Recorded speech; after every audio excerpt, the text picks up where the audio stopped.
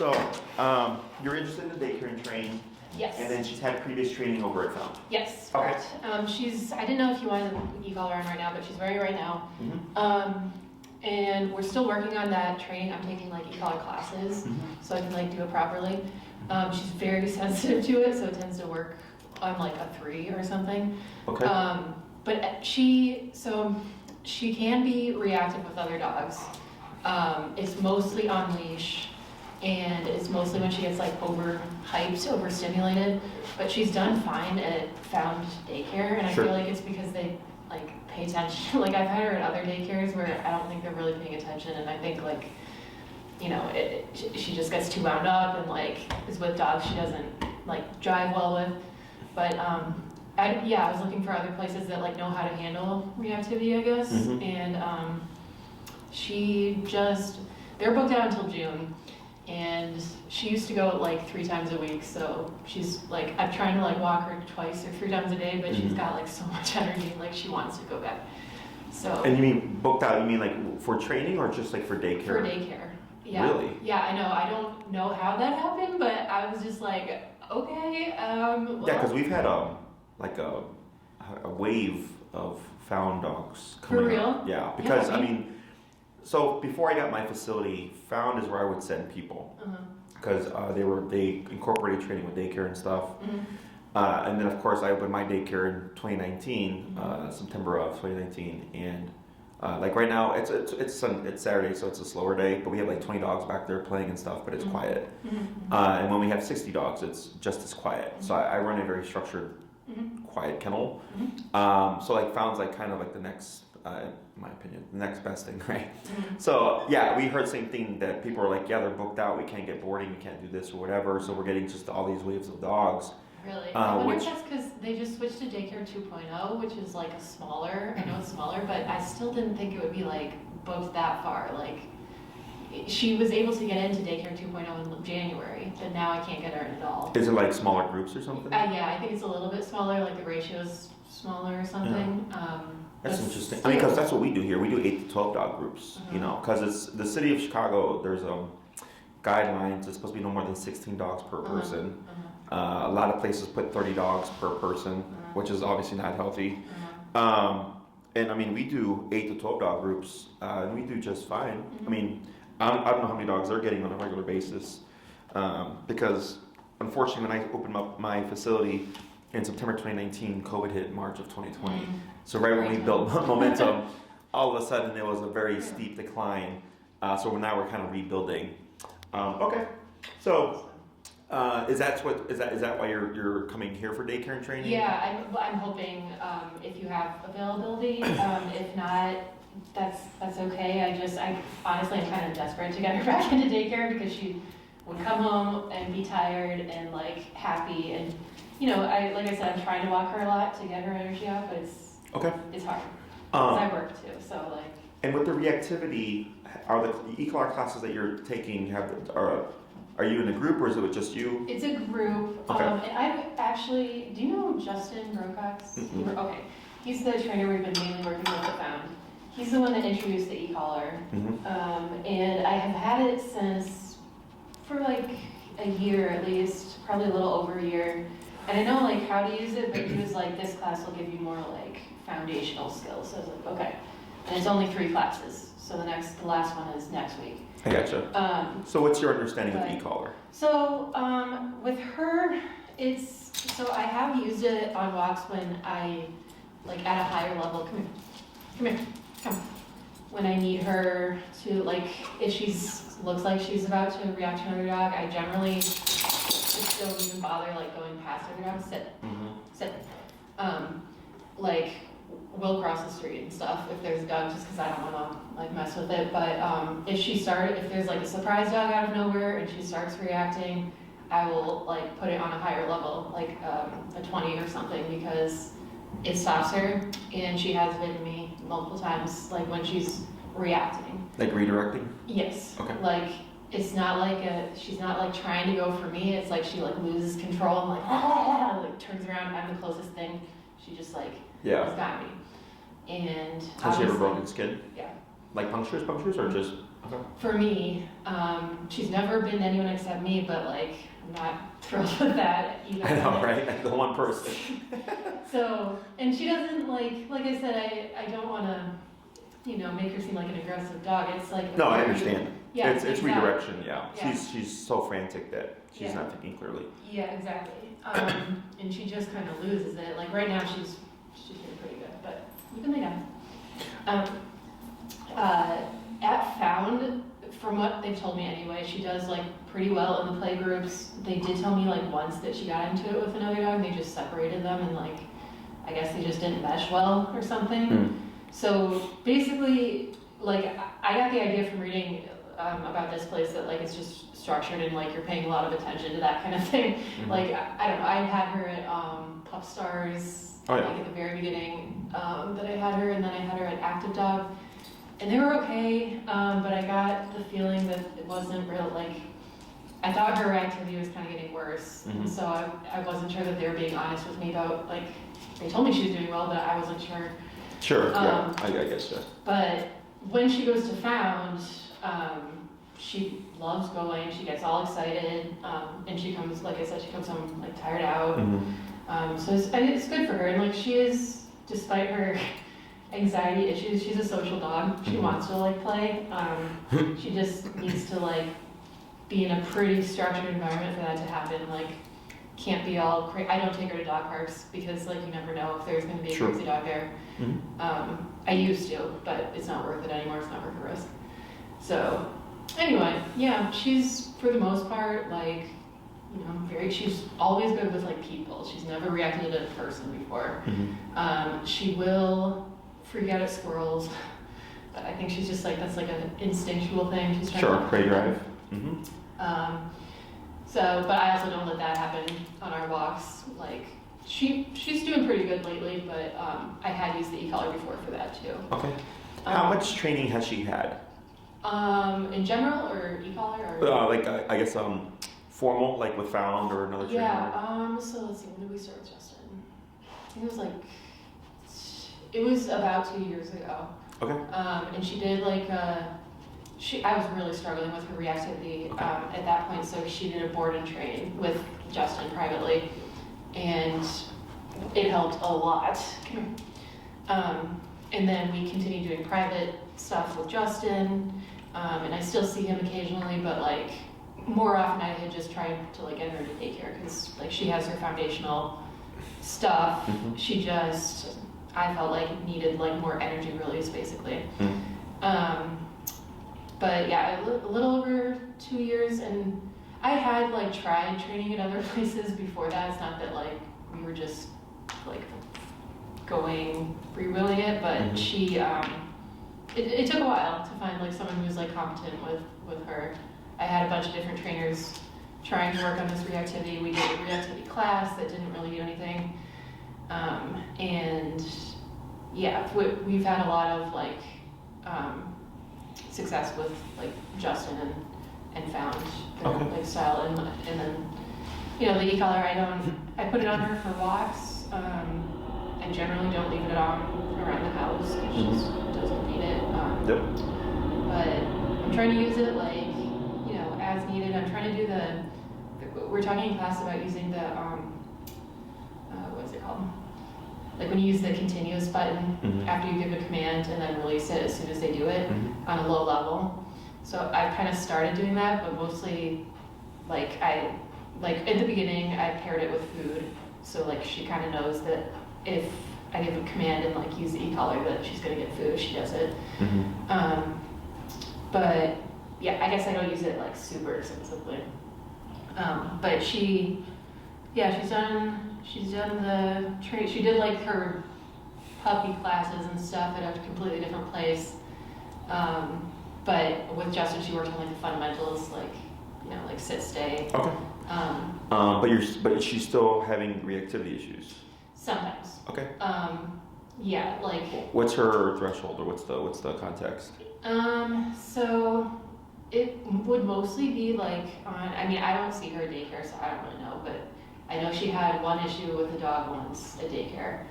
And it was I think she was like walking in, so like she was probably on leash. I know she works on leash. But they told me that she just like she got into it with another dog, like they took it to a level. She's not afraid of like beef, basically. Sure. Like she'll do it.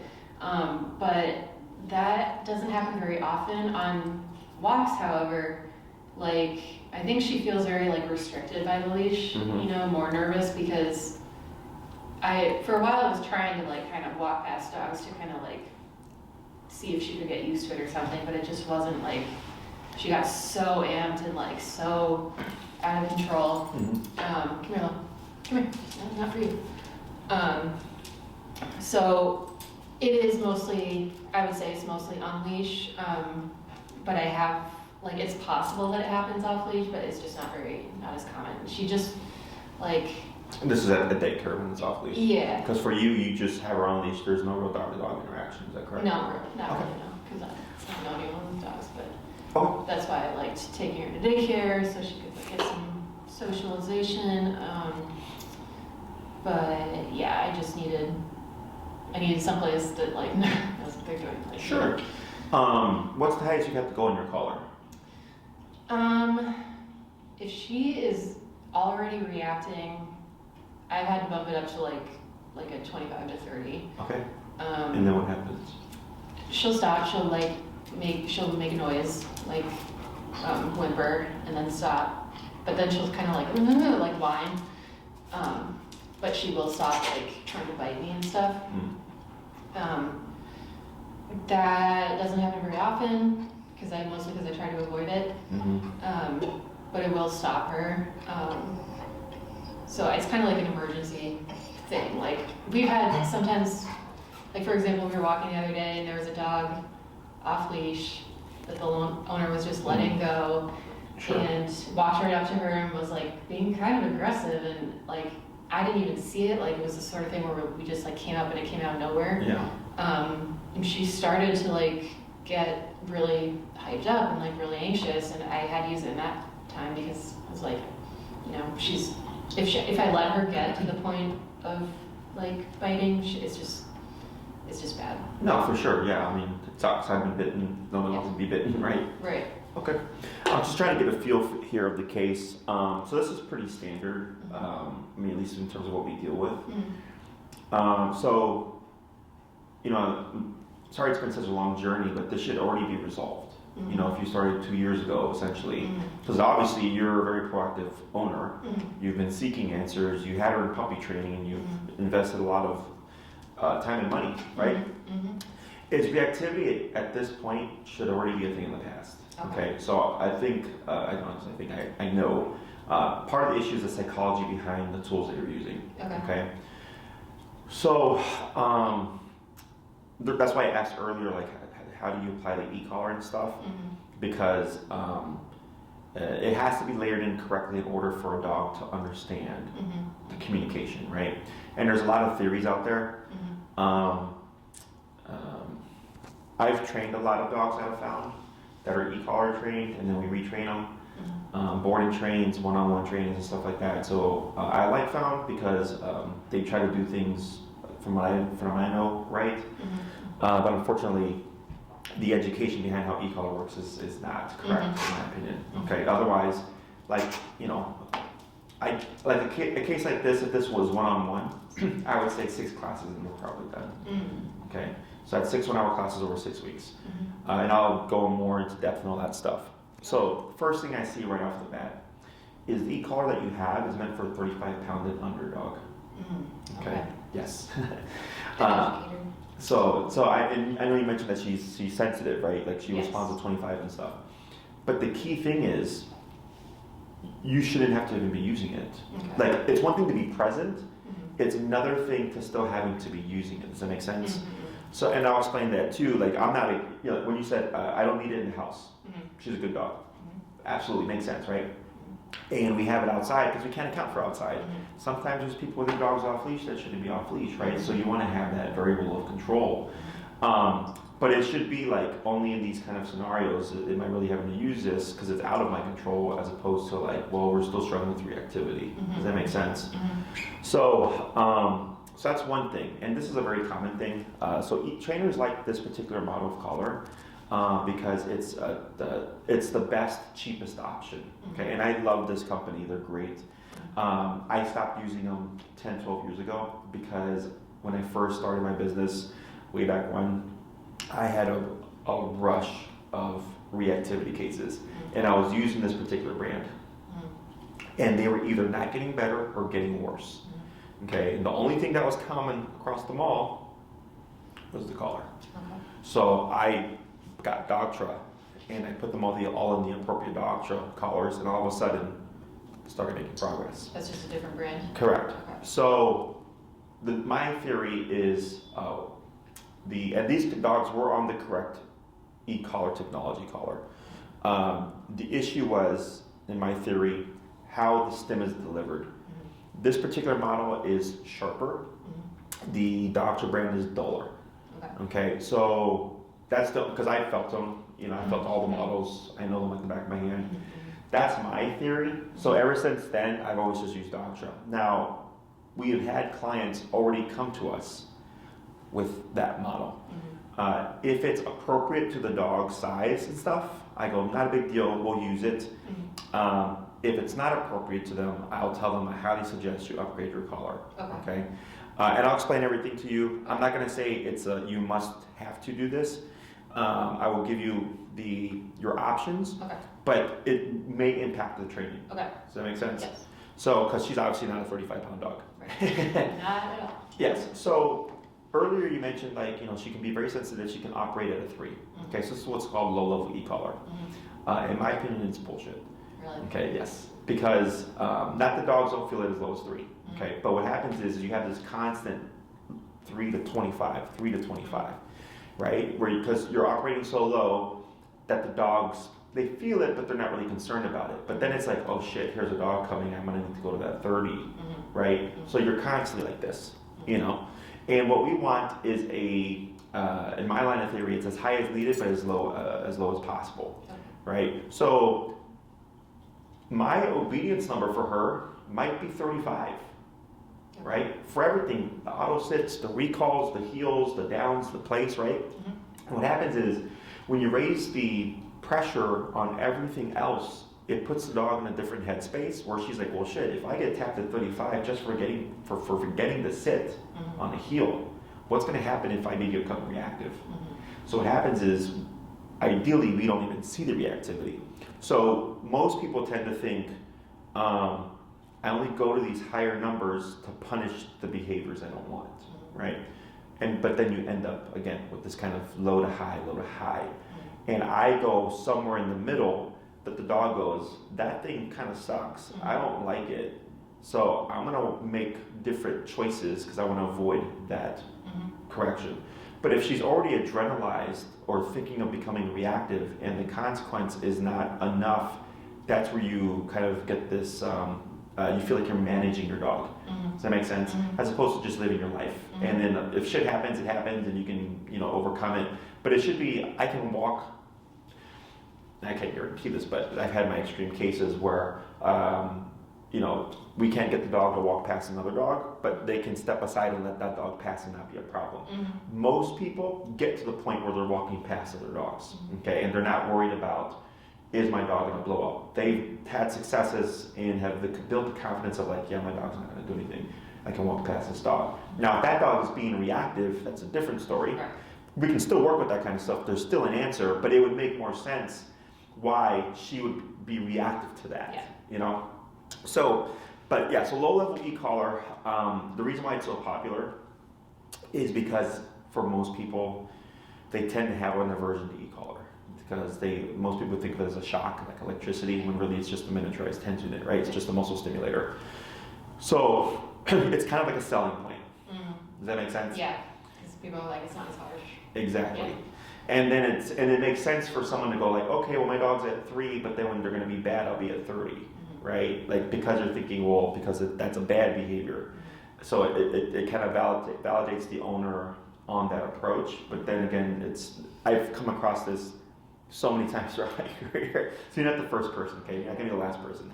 So my goal always is to get to the person to where they're like, Jesse, I can walk my dog and not have to worry about, is there gonna be a moment, okay? Now, we do get very extreme cases, but even those cases, the owners get to the point where like, my dog's not perfect, but I have the confidence in stopping reactivity, preventing reactivity, adjusting to a situation, It's, I train for out there, we could be inside, but I give people logical, common sense stuff with the tools so they can live their life with their dog and not have to be like on, have an anxiety attack or whatever, an alert. So, so the theory of training is going to be a bit different, okay? Now, you could do a daycare and train, and you're more than welcome to. I would suggest in person. Okay. So she doesn't need to do daycare and training in order to attend our facility, okay? So I'll give you your options and kind of break down the pros and cons of them, and then you can decide how you want to approach it. Now, did you watch any of our training videos and stuff? No, actually, I haven't seen it. Okay.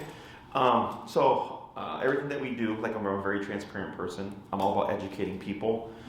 So if you go to my website, canineperspective.com, on the front page, you'll see if you scroll down a little bit, you'll see a YouTube video, and it's got a pit bull smiling in the sun.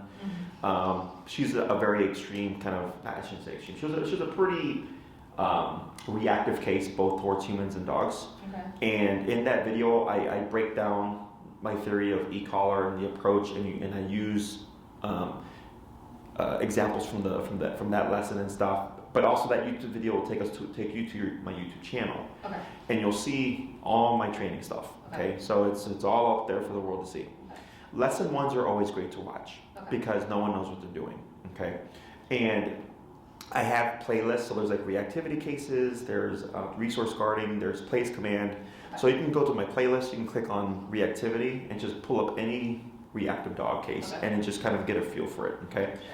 So the reason why I suggest one-on-one, okay, is it's all about you and her, okay? You are the greatest tool in the training. And what's nice about how we approach things now is that everything's verbal instruction where we don't have to even touch the dog anymore, okay? So pre-COVID, I would show up, I used to do home-to-home, I'd show up, I would train your dog in front of you, and explain things, and I would give her to you, and then I would coach you through it, and I'd say, go do your homework, right? The issue with that was, if the dog was having difficulty, I would work the dog through it, not the owner, right? So the owners, if they had a hiccup or something, wouldn't know how to work with it. So then COVID happened, and nobody wanted me to touch their dog, right? Everybody was like, don't touch my dog, don't breathe around me, right? So I knew I could train a dog without touching it with a collar. But no one would believe me. So finally one person did, because they were so desperate. The dog, friendly dog, dislocated the husband's shoulder 3 times, sent them to an ER 2 times, then 2 years, okay? Friendly dog, just pulled like hell. So they were so desperate, they were trying to wait for when I would do, the normal way, and they're like, you know what, let's get started, and if it doesn't work, we'll just wait. I got it done in the class. Dog wasn't pulling or anything like that. They were able to walk their dog, they could take the dog off leash, dog goes to the park and all that stuff. So healing and all that stuff is the easiest thing to teach. It's just most people don't know how to teach it, okay? And all that was done through verbal instruction. So they did they did a testimonial as my first post-COVID verbal instruction, social distancing client, whatever. And after that video, all of a sudden, we started getting more people, and everybody loves the hands-off. It's just the owner and the dog, and we coach them through everything approach, because it's you hands-on learning everything, okay? I only step in if I absolutely need to. So, and we were training at Oz Park as well. Are you familiar with Oz Park? Yes, yeah. Busiest park in Chicago. It's actually the busiest park in Chicago. Rollerbladers, skateboarders, strollers, dogs, off-leash dogs, baseball games, tennis games, right? Everything's going on at Oz Park. We were training in the middle of Oz Park. Reactive dogs, puppies, dogs that have had several trainers and couldn't, they made no progress. Middle of Oz Park, getting results because of how we apply the e-collar, okay? Because if you're in an environment like Oz Park, 3 is probably not going to work, right? So then that's where that highest needed but as low as possible comes into play. Because then if the dog needs 55, but I can walk my dog around Lowe's Park no problem, then 55 is the number for that particular context, right? So people were getting hands-on in the middle of real-world environment, super busy experience. So we've just continued with that approach. Exception being during the wintertime, of course. But the way that we teach and train, whether or not we're inside or outside, doesn't matter because it's all common sense. Okay, so once you understand how this really works, it's just going to start clicking, and all of a sudden it's like, hey Jesse, like I haven't seen reactivity in like 2 weeks. They go, great, just keep on what you're doing. Okay, so in my opinion, in person would benefit you more because you're the greatest tool. Okay, it's all about educating you. I feel like you have a really great foundation to jump from. It's just your understanding of e-collar and how it works, I think, just needs to be clarified. Does that make sense? Yeah, totally. So the difference between in-person and a daycare and train, in-person is we show up, it's just you, it's one-on-one, and I'm going to pretend like your dog doesn't know anything, and we're going to just recondition stuff, okay, with my theory of e-collar. I give you your homework first, classes always heal. So you should be able to walk with your dog outside in any environment with a completely slack leash, and she's right at your hip. Okay, I don't care if you're walking in the PetSmart, I don't care if you're walking around the neighborhood, I don't care if you're walking in the middle of Oz Park. You should be able to walk your dog with a completely slack leash. Okay, most people hold their dog on a very short leash and they walk their dog that way, which can incentivize reactivity because it builds tension. Okay, we want a slack leash because if you're walking with your dog and she has 2 to 3 feet of slack, and you're able to walk like that for 45 minutes without repeating the command or anything, that's because your dog is completely attentive to you. That takes a lot of discipline, and it takes a lot of focus on behalf of the dog's part. And that's actually how we address reactivity. More often than not. Every now and then I get a case that's a little bit loopy, and we got to do a different approach, but it almost always starts with, let's teach a correct heel. What does that resolve? Okay, so we have class 1, you go practice for a week, you come back class 2. How'd it go? Jesse, it was great. I was able to walk my dog. We had 2 reactive moments out of 10 potential reactivity moments. I go, great, that's an 80% success rate. What happened on those 2 times she blew up? Oh, right at the very end when we were passing by the dog lunged at her. Makes sense, right? Because that's a variable, that's a threatening kind of action, right? Cool, we're gonna make some tweaks. This is how we plan for that. This is how we address it preemptively. We're gonna work on the second half of heel because it's a 2-part exercise. Go off, practice, rinse, and repeat. Okay? Come back. How we doing? Even better. But now she was barking at the dog behind the fence. Oh, okay, makes sense. Was the dog barking at her? Yes. Okay, territorial behavior. This is how we address it. Okay? So I just build on all your success week by week. Okay? In terms of like how long of an in-person program you would need, it comes down to how much control you're wanting and like how much foundation she has. So I'm going to gamble that she has a very good foundation, that she's capable of laying down for 2 hours, that she's capable of recalling no matter what she's doing. I think the issue is just tightening up the screws on how we apply the e-collar to all of a sudden where she's like, oh, did you say down and you don't want me to move for 2 hours? Okay, Mom. Yeah. Right? That's what you're missing, I think. If my assumption is correct, I would put you at 6 classes. Okay. It'd be 2 on heel. Okay. And that kind of dictates everything, okay? I go by what you need to want. Obviously, reactivity is a big thing here, right? And just being able to walk your dog in peace. The first 2 classes will kind of give us that information. So by the 3rd class, when you're like, hey, Jesse, like, this is great. Like, she had a reactive moment, but I was able to stop her. There was none of this craziness. It was super easy. It was immediate. She completely went passive, let the dog walk by. I go, great. You just continue with that. Because when it comes to behavioral stuff, it's all about time. Okay, so if a dog is used to, let's say, for example, barking in the kennel, right? And I'm working on with a client, and the dog's done that for like 2 years of its life. I go, well, it's not going to be an overnight fix, right? Like it's going to be a very like kind of, wow, that made a big difference, but there's still got to be time to undo 2 years of a practice habit, right? So it's kind of the same thing here. But by that point, you should be like, this makes complete sense. I'm confident in my skills and what I can do and how I can address things, and I don't always have to run away across the street or whatever to avoid a situation, because that's not always going to be available, right? And I'll also help you in terms of how to handle, turning the corner and dog, right? Like, that we live in Chicago, obviously that's a very real thing. Consultation. Yep, so you're not the first person, not gonna be the last person. So I have things, not just training wise, but also just like how to utilize space to put you more at an advantage, or at least at a distance of a potential interaction that is realistic, okay? So we do 2 on heel. If all that's looking good, the third class, how is her recall? I'm gonna be honest, we don't practice it that much. She knows the command, but if she's not wearing the e-collar, like I have a fenced-in backyard currently, and she will blow me off if I try to recall her without the e-collar on. So I would say it's not great, not as good, definitely not as good as her like other commands. Okay, so recall would be class 3. Okay. Okay, so heel is the fastest thing that we teach, and recall is the longest. Okay. Because with heel, most people walk their dogs 3 times a day, 7 days a week, right? So that's 3 times a day, 7 days a week, you're practicing your heel. So that progresses very quickly. Recall, however, you know, especially if you're trying to get it to the point where it's reliable at the park, requires you to go to the park, pop her on a long leash, let her chase squirrels, and then call her away from a squirrel. Because recall is meant to be functional. No matter what she's doing, if you call her, she's meant to return, right? So that would be class 3. I try to jump in as soon as possible because I understand it takes people time. And I give you a homework on how to practice it. And that's going to be a few months, okay? Because your training is only as good as the environment you practice in. So if you, let's say you use your yard to practice your recall, she'll be great in the yard, but then one day you go to like the lakefront, she's not going to be so great because you've not practiced there, right? So you'd have all the information and know-how on how to build a functional, reliable recall. It's just you need time to practice and repeat to get it to that level, okay? 4th class could be like stationary work, which is go here and don't move for a period of time.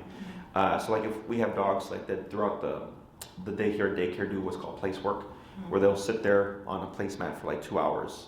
And there's dogs training, there's clients coming in, there's dogs playing, there's puppies playing, there's dogs on treadmills. All this stuff is going on, and they're sitting there and they're having to be passive with all this energy, okay? So it's a mental exercise, because like here you saw she like stayed still for a bit, and then she got up and started moving again, right? It's kind of like a little kid, like sitting still can be difficult, and that's why it's a challenge for dogs, okay? So that's something that we can cover for the 4th class. Classes 5 and 6, I would look at as like a variable. So heel allows you to walk your dog with peace of mind. Recall would give you the opportunity to take her places, to be off leash, to have more freedoms because you know your dog will return when you call her. The 3rd, place command or stationary control, allows you to take it, like let's say you want to go to a restaurant and you've like her reactivity, all that stuff is doing really, really well. You want to take her with you, plop down a towel, tell her a place, she lays down, you can enjoy a nice brunch or a dinner with a friend. So that's stationary work, and those 3 things allow you to do a lot of stuff with your dog. So there's 6 commands: sit, stay down, come, place, heel. Okay, heel, recall, those 2 are the most important. Place is kind of superficial because it just depends on if the owner wants to take the dog somewhere, and that they'll need them to sit still. Sit and down are also stationary commands, but sit is momentary. It's like a 3 to 5 minute stay put. Down is more extended use, like 2 hours, but it's more difficult than a place command because that's down, there's no exceptions. So it's more strict, so it's harder for clients to reinforce. So if I'm at a restaurant, I don't want to have to worry about is my dog breaking a down command.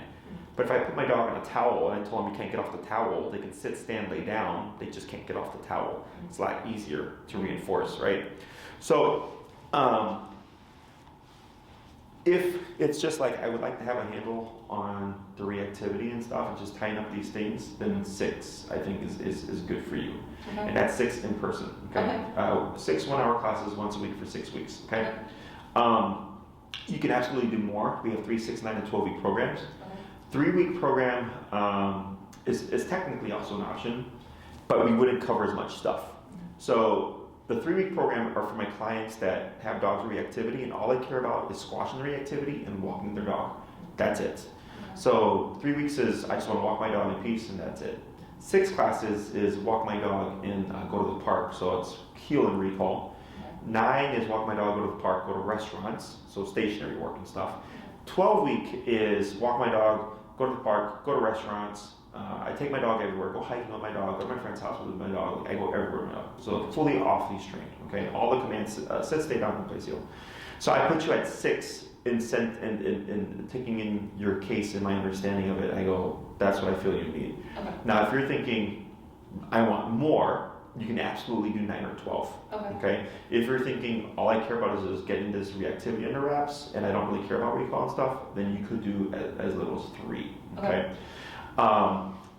If you commit to 12 up front, it's a cheaper per class rate because you're saying right off the bat, or 9, I want this many classes, so it's like, okay, cool, it's cheaper per hour. If you do 6, I believe it's $1,000 for 6 hours, right? For in person, 6 1-hour classes. So if you did 6 and then decided like, hey, this is great, I want to do another 6, you would pay another $1,000. Does that make sense? Yeah. So you pay $2,000 in total. If you commit to 12 up front, it's $1,725, I think, and this is on my website. So it's you save 200 something bucks because you're like, I want a fully trained dog, right? Sure. So my suggestion for in person at minimum 6 classes. If you want more, you're more than welcome to. If you want just to wrap up the reactivity, you can also do 3. Okay. For a daycare and train, so that's obviously we train the dog and then we train you. The pros and cons of these things are, if you do in person, a pro is you learn everything yourself. I coach you through it. I'm there with you. You know, if we're at Oz Park and she's being reactive, I'm coaching you through all that stuff real time. Okay. Con is things take a little bit more time, right? Because you got to go out, rinse and repeat, do all the homework and stuff, right? With the daycare and train, think of 1 week of our time is 3 weeks of your time. Is how I like to put it. So if you do like a 5-day daycare and train, that's like 3 weeks of your time, technically speaking. As we get more done faster, because we're all we train dogs here, but it's all tied to us. That's the con, right? Is now we have to transfer the training over to you. So we get dogs that get sent here that are reactive, and we don't see any reactivity because most of my staff are trainers or learning how to be trainers, so like they know how to handle dogs correctly. So with the daycare and train, you do get follow-up classes. Okay, this is also on my website. I don't know off the top of my head how many you would get with we have 5, 10, 15, 20 day programs. I would put you at a 10-day, right? Because if I'm suggesting 6 classes one-on-one, 1 week of our time is 3 weeks of your time. So that's equivalent to a 2-week daycare and train here. Make sense? Yeah. So if you decide to do daycare and train, I would suggest a 10-day.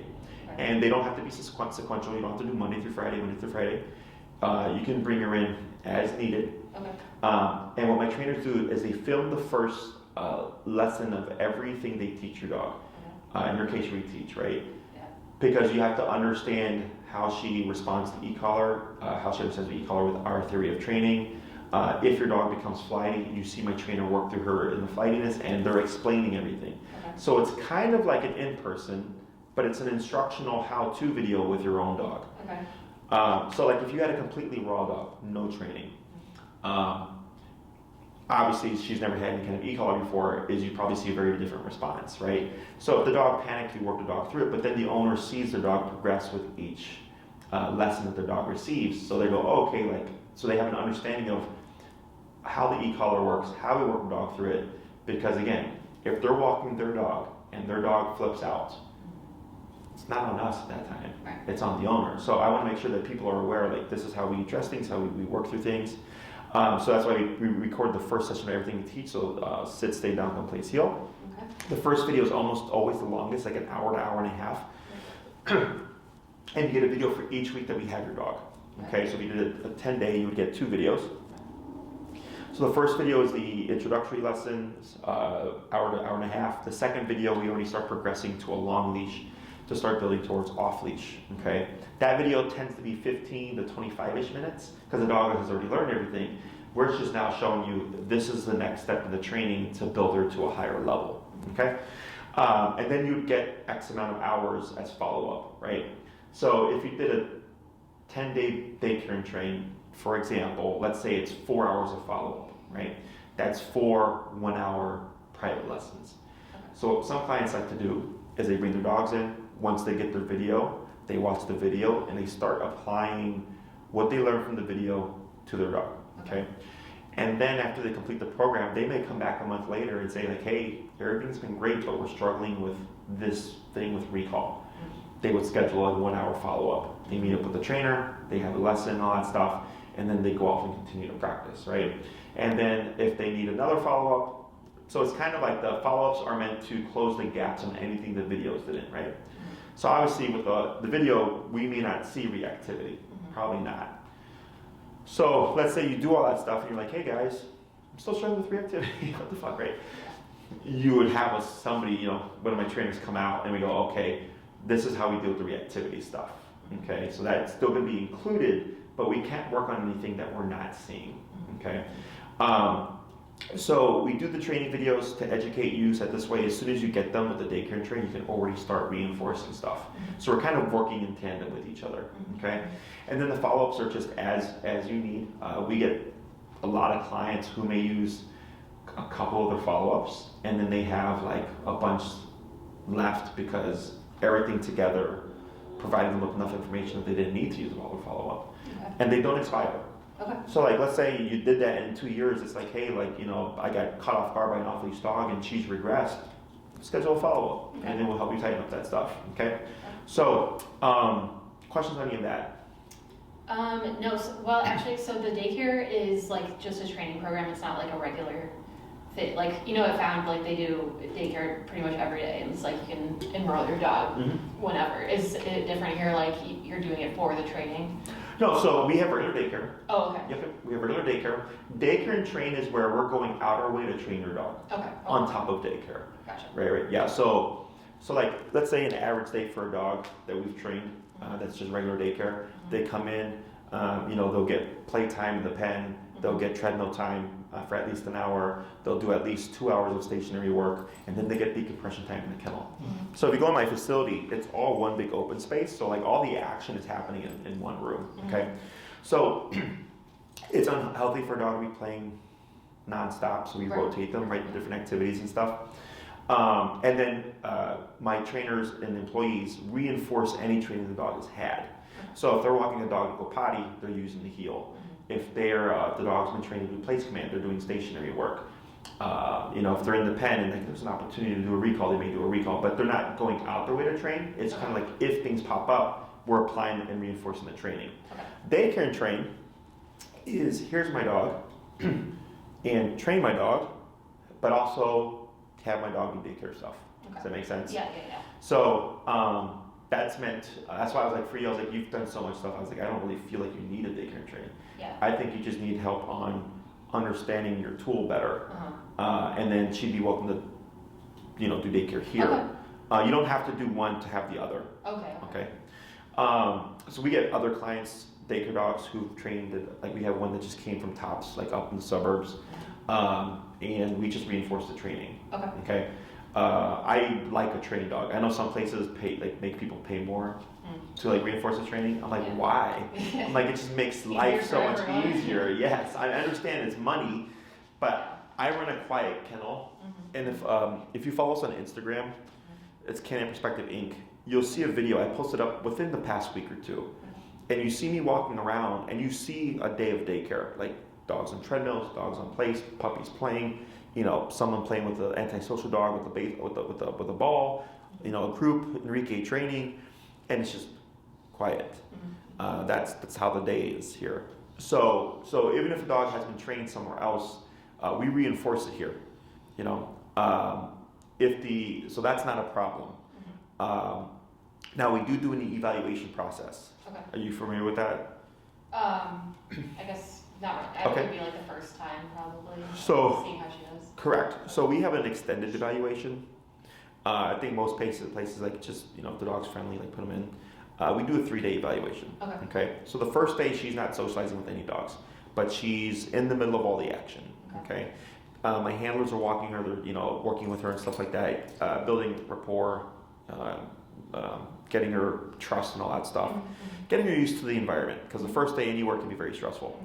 The second day, they start to bring her around dogs and dogs around her, okay, to see, do we see any tension? Is she uncomfortable? Is she flighty? Blah, blah, blah, blah. By the third class, if everything's looking good, they'll start to push things more and pair her one-on-one, okay, trying to find personality she vibes with, personality she doesn't vibe with. And then from there, being able to integrate her into groups, okay? Now, it's not uncommon for us to get a dog that has been completely social at one daycare and is not social here in the beginning. Because since we are, in my theory, since we're strict and we don't allow nonsense, I feel the dogs are more apprehensive. So, because they're like, well, what can I get away with, right? Until they learn, like, okay, there's just rules, and as long as I don't do these things and they don't do that and I don't bark at that dog, I'm actually completely fine. Then they start to open up and then become more social, okay? So just a heads up on that, because sometimes we get clients like, my dog was like super social to other daycare. I was like, yeah, but your dog's been going there since they were a puppy. And then you just all of a sudden switched in 180 to a completely opposite. Exactly, that it can be stressful. So, but yeah, so we do a 3-day evaluation process. And then, you know, they let you know, like, yeah, she's a bit tense. You know, we couldn't get her into a group or anything like that. But then it's on you on, okay, do I keep returning her? And we keep trying. And if she opens up to like, hey, she finally played, we found a group she does well with or whatever, you know. But there's still other things that she does. You know, she does her duration work, she does her treadmill time. They get one-on-one time with with a handler if needed until we think that they're ready. We don't really rush things, okay, because that's why bad things happen. Right. Okay. Questions on any of that stuff? So that would be separate from, we were talking about like in-person training, a separate thing, right? Correct. Okay. Yeah, so the in-person training is for your reactivity stuff outside or whatever, not required in order for her to come here to daycare. Okay. It would be helpful though, but I might have to save up a little bit, but it does sound like a good idea for her. Yeah, you've already done a lot of stuff. Yeah.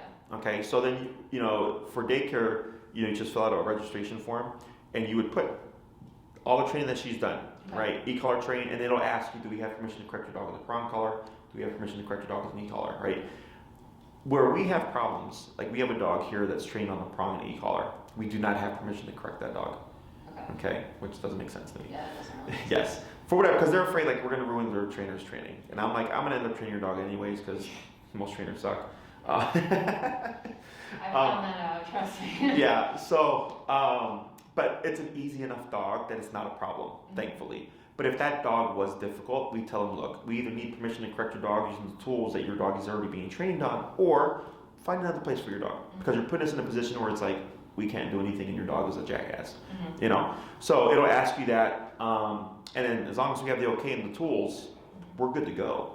You know, I get some dogs that can only come here, but it's because we have the tools and the owner said like, yes, do what you need to do so I can like board my dog here safely. I go, great, awesome. Everybody's life is easier, okay?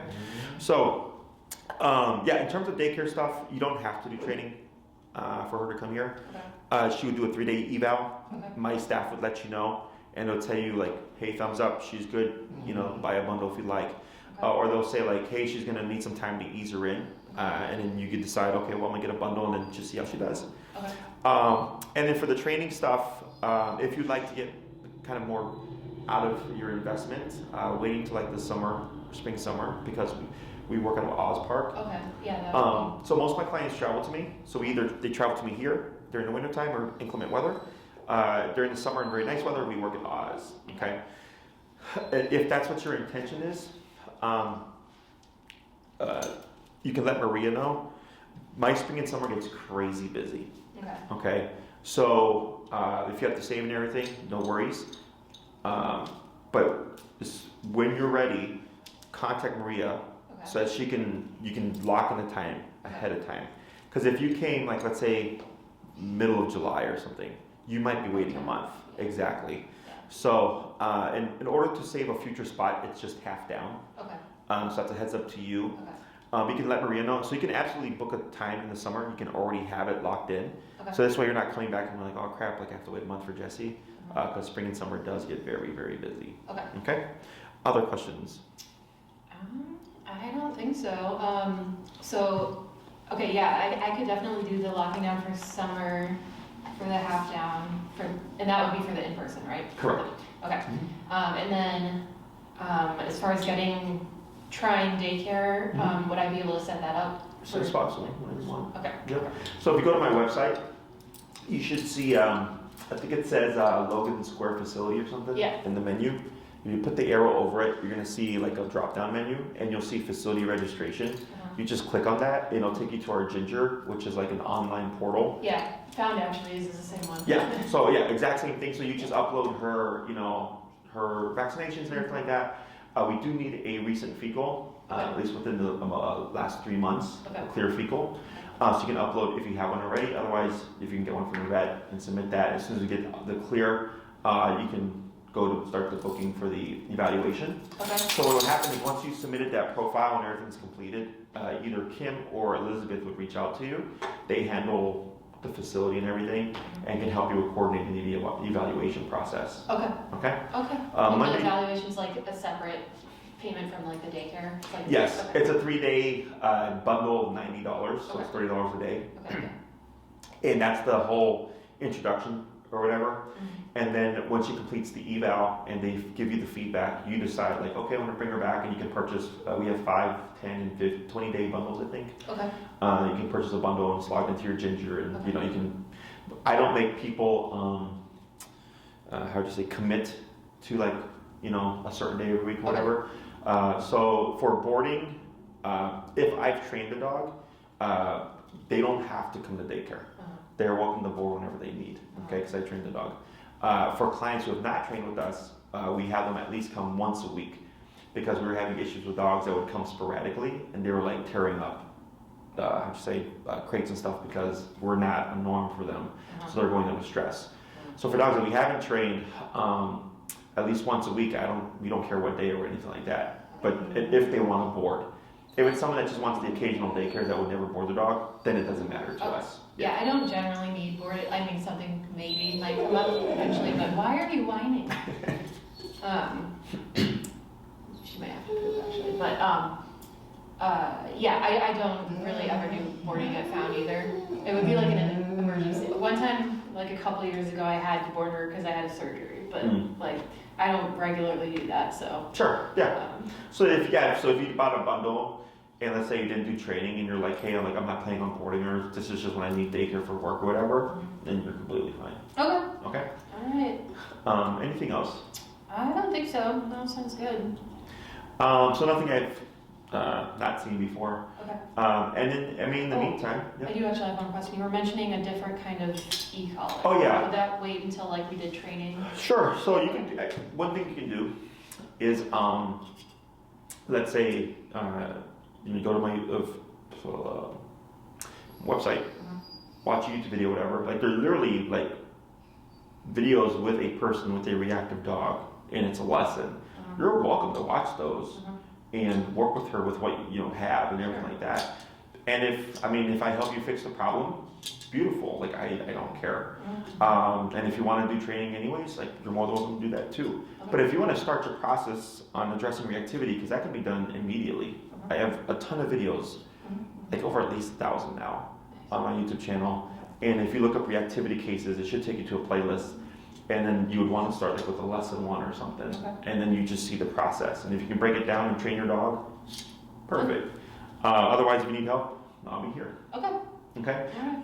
In terms of the color, I would suggest, she would be in the Dogtra Black Edition. What's it called? Dogtra Black Edition. Dogtra Black. Yeah. And it's meant for a 70-pound dog and over. So she's probably what? She's last time was like 75. Yeah, so she's just over at that, so it's perfectly fine. It's meant for dogs, like Rotties and stuff like that. So she's definitely within that. Dogtra like TRA. DOGTRA. Yeah. Black. Okay. All right. And that's the collar that is appropriate to her size. Okay. I think your prong is correct. That looks like a 3 millimeter. Yeah. Yeah, that looks to be the correct prong size for her. And then, yeah, that's the one that I would put her on. Okay. And we have videos too of like how we find the dog's level and everything on our YouTube channel. We've had people email us that our videos have helped them with their dogs and stuff. So cool. That's what they're there for. Cool. Yeah. Anything else? I don't think so. Sounds good. Yep. So if you need anything else, you let us know. Okay. And then fill facility registration form. Someone will get you settled in with that. And then for Maria, you can just let her know however you want to handle it. But whenever you are ready to book, if you're thinking about it, my suggestion is you already just reach out. Because there's going to be other people in the process of booking and other consults and stuff. So then this way you're not coming right when you need it, and then it's like, oh shit, you have to wait like a little bit. Okay. Okay. Awesome. Sounds good. Okay, Lola. Your vacation.